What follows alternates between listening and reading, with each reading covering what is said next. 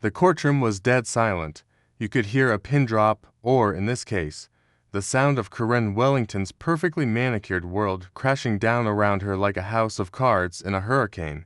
I sat in the witness box, watching her face drain of color as the prosecutor held up the evidence that would seal her fate. The same woman who'd terrorized our neighborhood for 3 years, who'd made grown men cry over mailbox heights and turned HOA meetings into episodes of Judge Judy, was about to learn what happens when you mess with the wrong person. But let me back up, because this story, this delicious, caramel-laden masterpiece, it started 6 months ago with the most ridiculous thing imaginable.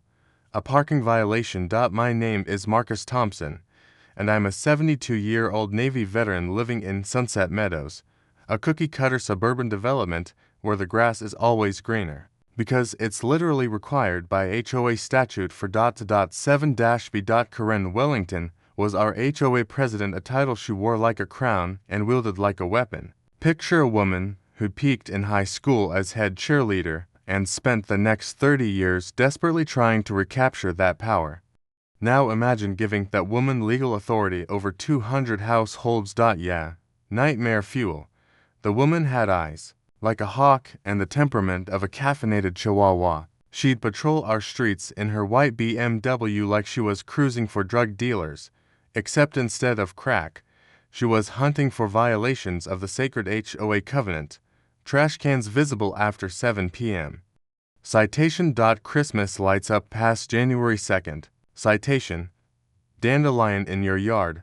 Citation. And a strongly worded letter about property values. I'd managed to fly under her radar for 2 years by keeping my head down and my lawn trimmed to regulation height. But everybody's luck runs out eventually. It was a Tuesday morning when my chest started feeling like Mike Tyson was using it as a punching bag. Heart attack, the paramedics said. Not a massive one, thank God, but enough to earn me a ride in the ambulance. Here's where it gets interesting.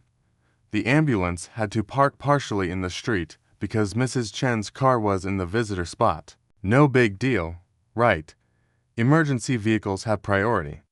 Common sense, basic human decency, laws of physics, all that good stuff. But Corinne saw an opportunity.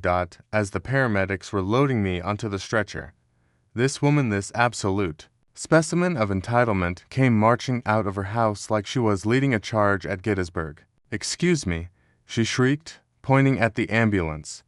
That vehicle is in violation of HOA parking regulations. The paramedic, a saint named Jennifer, looked at Corinne like she just suggested we sacrifice a goat to the moon god. Mum, this is an emergency vehicle responding to a medical emergency. I don't care what kind of emergency it is.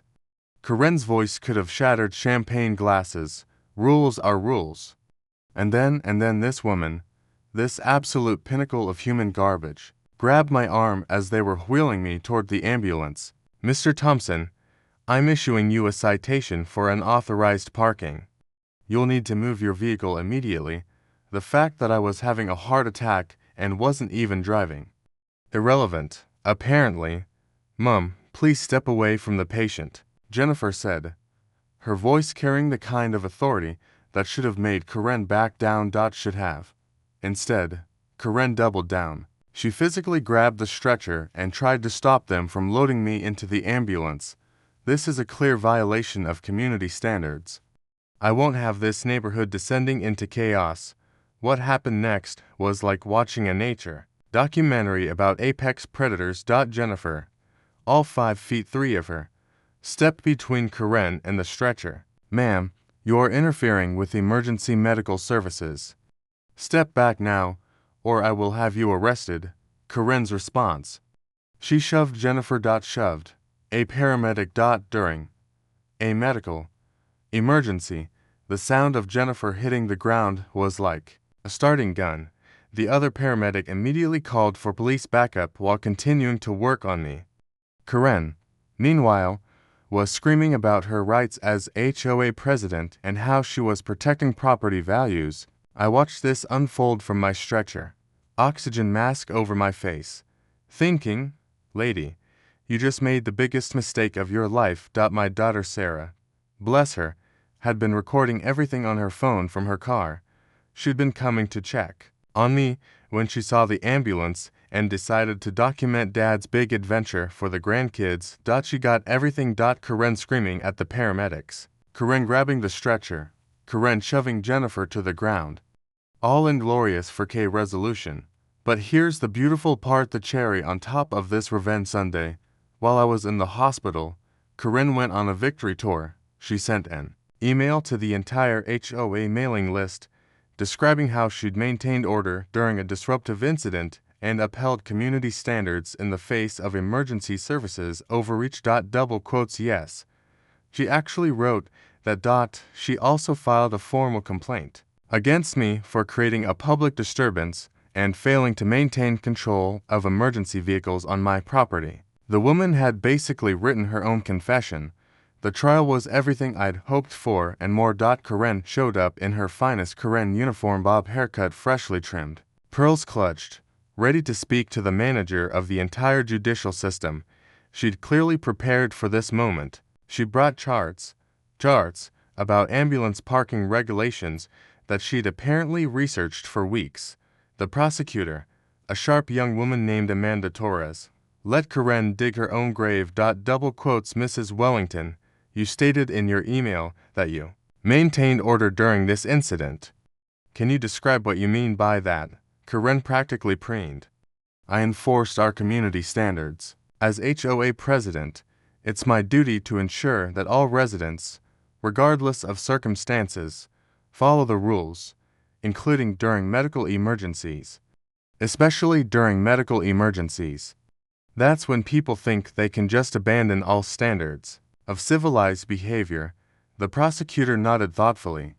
And you felt it was appropriate to physically intervene. I felt it was necessary to prevent the situation from escalating. That's when Prosecutor Torres played the video. The courtroom watched in stunned silence. Karen's maintaining order revealed itself to be what it actually was: assault and battery of a medical professional during a life-threatening emergency. The judge's face went through several interesting color changes during the playback, but the real knockout punch came when Torres called her surprise witness. Your Honor, I'd like to call Dr. Patricia Hoffman to the stand. Karen's lawyer looked confused. Karen herself looked smug, probably thinking this was some character witness. Dr. Hoffman took the stand and identified herself as the emergency room cardiologist who treated me. Doctor, in your professional opinion, did Mrs. Wellington's interference have any impact on Mr. Thompson's treatment?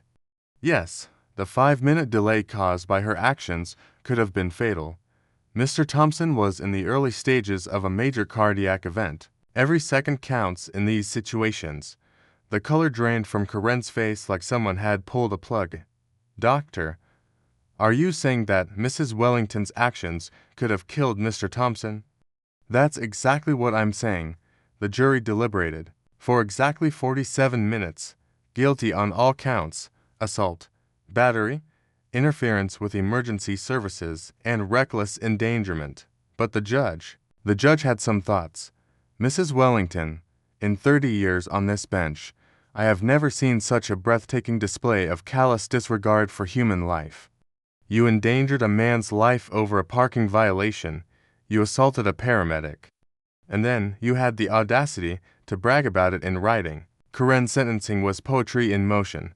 6 months in county jail, 2 years probation, 200 hours of community service with the fire department, and a permanent restraining order preventing her from coming within 100 feet of any emergency vehicle. The HOA voted her out unanimously the next day. But you know what the sweetest part was? As they led Karen away in handcuffs, she turned to me with tears streaming down her face and said, "This isn't over. Mr. Thompson, I'll appeal this. I'll fight this. I smiled and waved from my wheelchair. Good luck with that. Karen, I'll be sure to park legally when I visit you in prison. Sometimes the best revenge is simply giving people enough rope to hang themselves and then watching them braid it into a noose."